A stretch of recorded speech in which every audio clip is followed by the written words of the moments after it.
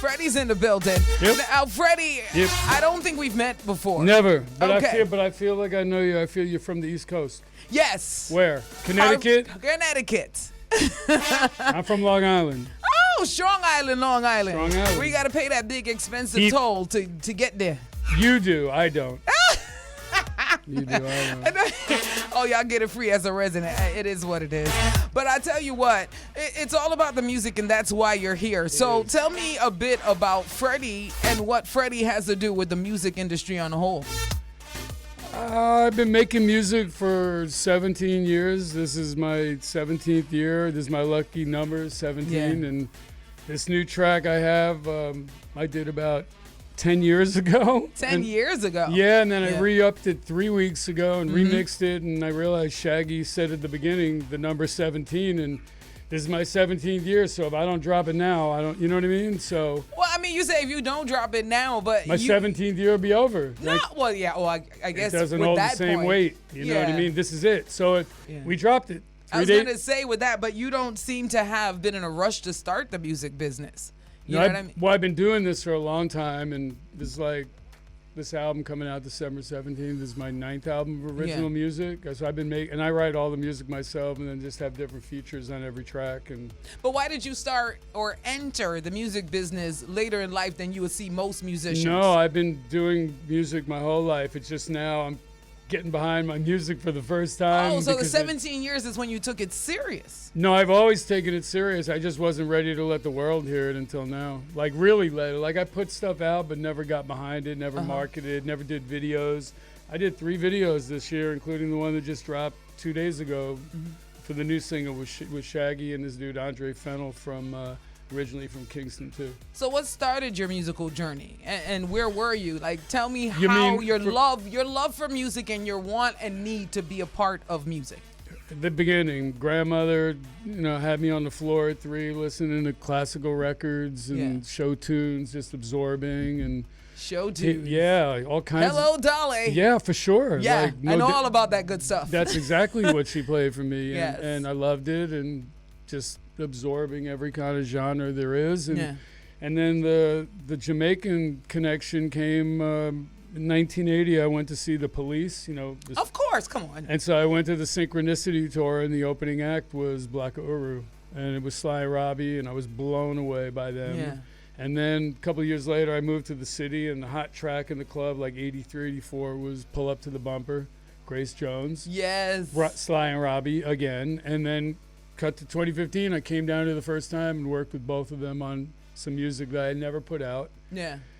And then I worked with Robbie before he passed in 2019 in Miami, and bless up, I missed that dude. He was a monster. He was incredible, greatest bass player ever, right? And then Sly, I'm going in with at 11 o'clock tomorrow morning for the second time. I see the excitement in your face when you say that. It's my idol, man. Like, I'm just, it's been an amazing trip here, this trip, and people really embraced this single that's coming out all these years later, and there's a whole bunch more coming. There's another one the end of this month. I'll talk about it later. You're gonna dig, and other features. But it's been really nice. The whole path has been just cool. So how'd you link with Shaggy? How'd that happen?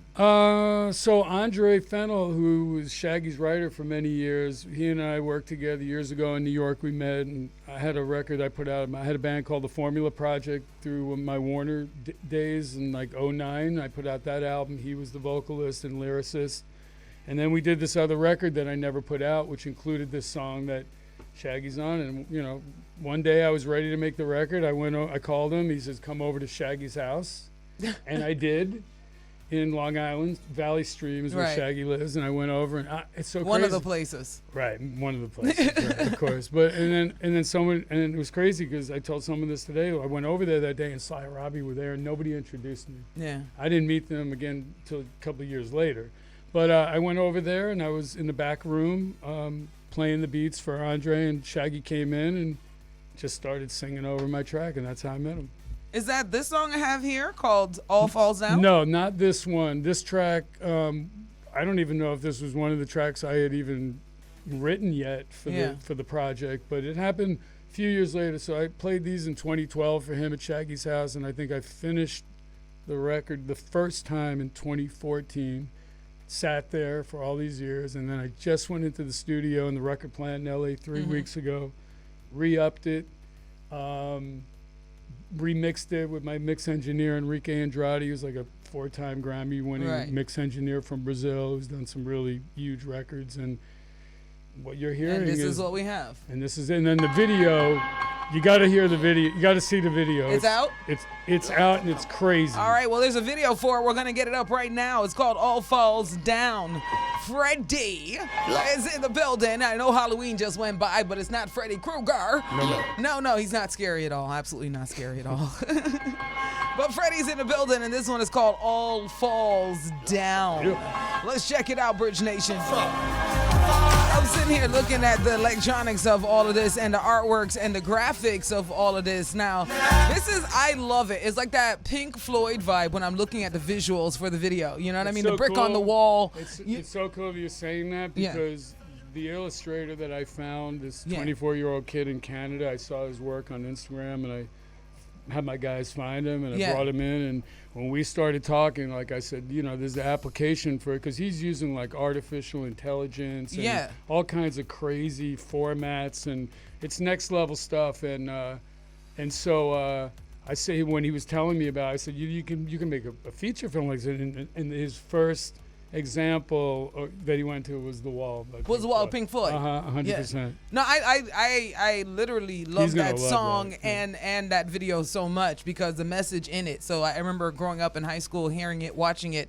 and what it did. And I wasn't even a shroomer, at that time. Me neither. Yeah, right? I still love it. Yeah, that's what I'm saying. So like, I would hear people talk about that in terms of the video, but I could just watch it as myself and see and know everything that it was trying to get across. Yep. You know what I mean? So I love that energy. So what do you consider yourself, or, I mean, it's bad to have somebody box themselves, but I mean, is this EDM? What is this? It's what I do, like the last. I like that. I was here 2 months ago for the last single with Devin the Doctor, and it's like, that track called Everybody Feel Nice, Skank and Move, and it's like, it's an up-tempo, like, dance hall kind of vibe, good vibes, good energy. The one before, which was the first single I put out in January, called Glow, is like a super chill, like, vibe with this dude D. Lee from Paris, lives in Paris, singing on it. And the next one is called Fry Eye Bob. I'll let everyone know. I don't care, because it's even bigger. Like, all these tracks, like, I had. Why are you saying like it's a bad thing, Fry Eye Bob? Because a lot of people like don't know what it is. I don't know what it is. What's Fry Eye Bob? It's like when you smoke a lot of herb and you get a fry eye. Like, ain't nobody gonna care about that. Yeah, that's what I'm saying. I'm worried about that. We're just talking. We're just talking. I don't know. Yeah, absolutely. As far as I know, it's an okay thing to say. It's the name of a song. Yeah, Fried Eye Bob. And if you don't know what it is, you're gonna learn. You might learn, or you might catch a contact, with the right friends. Hope not. There's another use of hope. Freddy is in the building.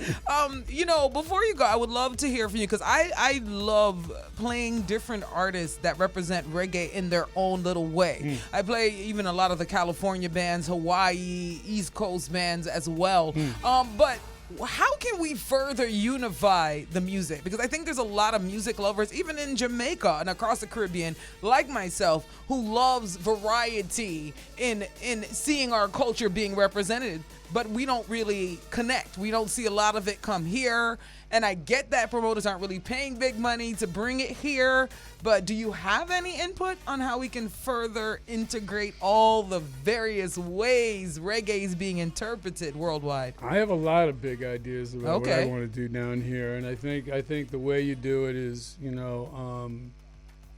well, the music should always come first. Like, that's the first thing. I don't like when the music industry, or people in it lead with the business, the money part. I don't like that at all. Me either. And so I like when it's about the music and the content and the visual and the art of the cover art or the packaging. Like, I care about all that stuff, and so as long as that's cool, that's really important. But then I think, social stuff, and the environmental stuff. Like, I don't really mess with politics. I'm not into it.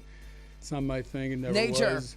Take me on a hike. Yeah, and let's clean up, the shorelines, somewhere in the world, and get some some medications to people and food. No, I'm serious, like for real. But I think the combination of music and holistic social, living and social, you know, impact, like making efforts to make the change. Like we can talk about you know, because there's a lot of tradition down here. Like everything is, you know, and people think it's really hard for artists to come down and make money here. But I mean, the way I look at it different, I just don't. First of all, the history is the history, and history is meant to be changed. Yeah, but you might have money. There's a lot of artists here that ain't got no money. So when they look at it, they're trying to find a way out of whatever situation they're in. So I'm saying let's find ways to bring more, you know, resources and opportunities. But I think it starts with the people. Yeah, you know, like you have to being want united it. and for the right reasons. And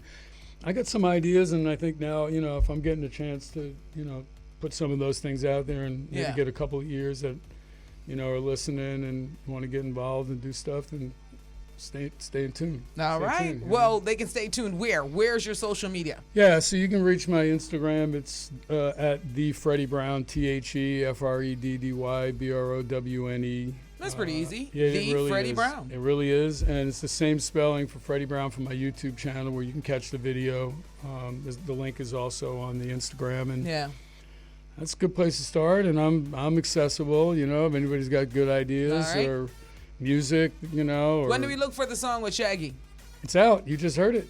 That's what I asked you, if that's the song with Shaggy. That You was said the one. no. That was the one. That was it? Yeah. Oh, I didn't even hear Shaggy. I just heard him. We cut it up before he got to Shaggy. Oh. We gonna have to rewind that. But big up to Freddy Brown in the building. Make sure you follow him at the Freddy Brown. You already know how that goes.